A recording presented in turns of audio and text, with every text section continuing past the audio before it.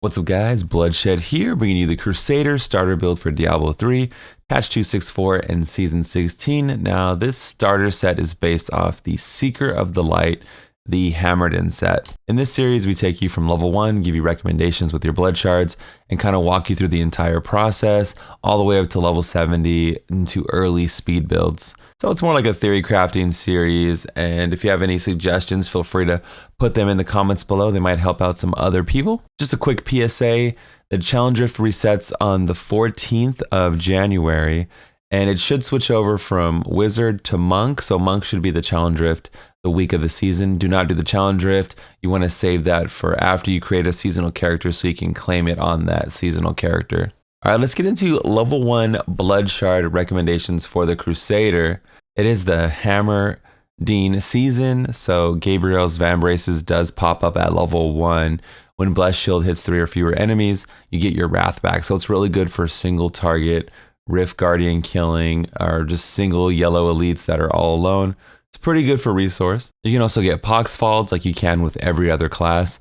This actually does tremendous amounts of damage for the GR20 clear. It does drop off later on, but if you have Pox Falls, even if you get them while leveling, definitely want to put them in the cube if you can spare the materials. Or if you're doing massacre bonuses solo, these are always a solid option. I would go for shields because you're going to get the denial shield, which increases sweep attack. So then we would just use sweep attack to clear our GR20, or you would use the Johanna's, the Guard of Johanna, which buffs hammers by a lot. So this is what you're going to go for.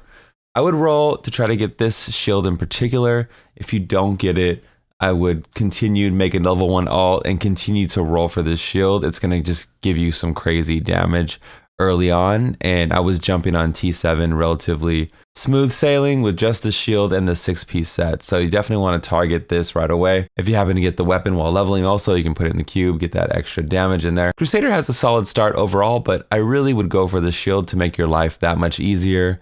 You can roll for Pox Falls for that guaranteed damage as well. It'll make your GR20 clear just a breeze. All right, let's talk about leveling spells. This is the Hammer season, but Hammer is one of the best spells to level with because it only costs 10 Wrath, so it's super cheap. To put in perspective, we have 114 Wrath, so we can throw out a bunch of hammers here and really not run out of resource. And a good thing about it is it does 640 weapon damage. They actually buffed this like a year ago or so. I use the Blunt passive to power up hammers while leveling. Long Arm of the Law buffs your laws. And Blunt also buffs Justice. It's only a small damage increase, but it does buff it. And it's nice to have that ranged attack on a Crusader, especially if you're doing massacres. It helps chain it together. As always, when you hit level 61, start keeping an eye out for Jory. You can get some really awesome things that you might be using even at 70, like double crit, element. Cooldown's really good with the build. It gives us Akarat's champion up more often. So double crit, element, and cooldown would be a nice starter combo set for you. When you hit 70, replace any bad legendaries that you might have along the way, like in the 50s, 40s, 50s, like low 60s that are just bad rolls. Make sure to craft a whole new set of yellow gear.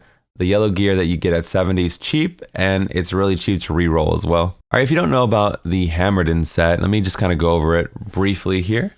Every use of Blessed Hammer that hits an enemy reduces the cooldown of Falling Sword and Provoke by 1 second. So Falling Sword allows us to jump over across the map, and it does debuff the mobs and procs other things. And it also reduces the cooldown of Provoke. Provoke is going to give us resource. It taunts all the enemies and gives you Wrath for it. So that's what's helping us keep up resource. So while doing hammers, you get movements, you get your movement ability, and you get resource from it. As long as you cast this every 8 seconds, you're going to keep up your 4-piece, which gives you a 50% damage reduction on your character, which is not bad, especially for that T7 range, T4 to T7, that early game progress. You should be good with resource with Provoke, Laws, and Akarats, but you can always kill Malthiel, show up for the Malthiel kill if you're in a group, and get your Reaper's Wrap so you can craft them in the Forge, and that'll give you resource when you pick up globes. The first GR you do every season, I would recommend with Crusader, since it's not the most face roll compared to the other classes. I'd recommend you do a GR level 1 or a GR 10, just something low level to get your baseline powerful gem. It'll just give you 20% extra power on top of the Rift. Now Crusader like I said, is doable, and it's not that challenging, but it is one of the weakest clears at this level compared to the other classes. So what we're gonna do is we're gonna try to get that shield that we talked about, right? The denial shield, or you're gonna try to get the Guard of Johanna. If you don't have any of those, look out for some of the legendaries that you're getting while leveling. They do really, really good damage. To put in perspective, like the Band of Hollow Whispers or Poxfalds, put in a lot of work. I'm gonna just equip this and kind of show you guys what it looks like. You don't want to roll for these specifically, but if you do happen to get them. So here's the Band of Hollow Whispers. You can see that just killed the ghost on its own. And there goes the ghost again, and the ghost again, and we haven't even attacked one time. And the little band is doing some work. This actually works really good like on elites and stuff like that. So just, normally I don't talk about this kind of stuff, but since the Crusader might be a little tough, you know, there might be something in your stash base that will help you clear a lot easier than you think, right? The answer is always there. There's no bad starts. So things like this will really improve your success. The next one I'll show you is Poxfalds. So if you want to go super duper safe and you just roll Poxfalds while leveling, I'll jump into a GR20, you know, with, you know, low sheet, no power, anything like that. Just to kind of show you guys what it looks like if you were to roll for it. I'm gonna use Falling Sword to jump in the middle, and the Poxfalds dot. I'm dying. I'm gonna try not to cast anything. You can see them taking lots of damage. And we just killed an elite. We just killed 2 elites. I'm about to die because I'm just not attacking. We need 3 enemies around to trigger Poxfalds. That was the 3rd enemy. So sometimes you can get screwed on the guardian. So I just killed an elite with not attacking. The Poxfald is like a 500%, 550% multiplier. So this strategy can apply with all the classes that we talked about, but typically the other classes don't need it, so you wouldn't even cross your mind.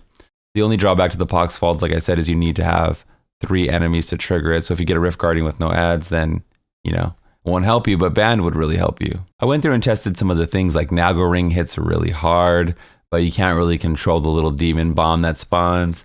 BK does do damage. It's not as strong as Poxfalds, but it's not bad at all.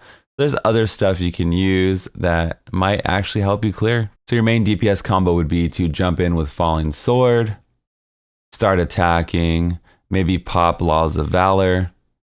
If you want to use Acrobats on an elite, you can pop that as well, right? You just kind of work on your cooldowns.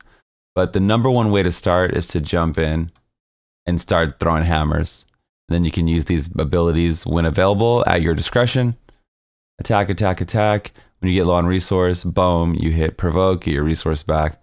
And that's pretty much what you do. Keep up Falling Sword once every 8 seconds for your damage reduction. With nothing, you'll still truck through the rift.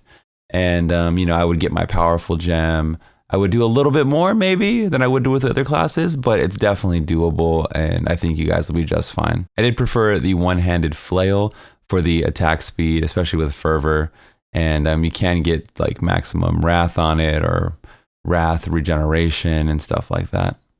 And same thing with the shield. I went with the Crusader specific shield, not a normal shield, so I can get the maximum wrath, even though it's only 4. I feel like it'll help. Overall, I would say Secret of the Light is similar to Iraq here. When you get your 6-piece, they both move kind of slow, but they both hit really hard. So you'll be able to truck your way through the rift, push decently high within the first weekend of the season. You just want to jump into a speed set when you want to focus on speeds, and then use these kind of sets when you want to push. Anyways, guys, that's gonna be all for me today. Make sure to follow me up above at twitch.tv/bloodshed. I'll be streaming there 6 days a week, killing and chilling all season long. We're gonna be doing testing every single day. So that's gonna be all for me today. Everyone have a great day. Peace.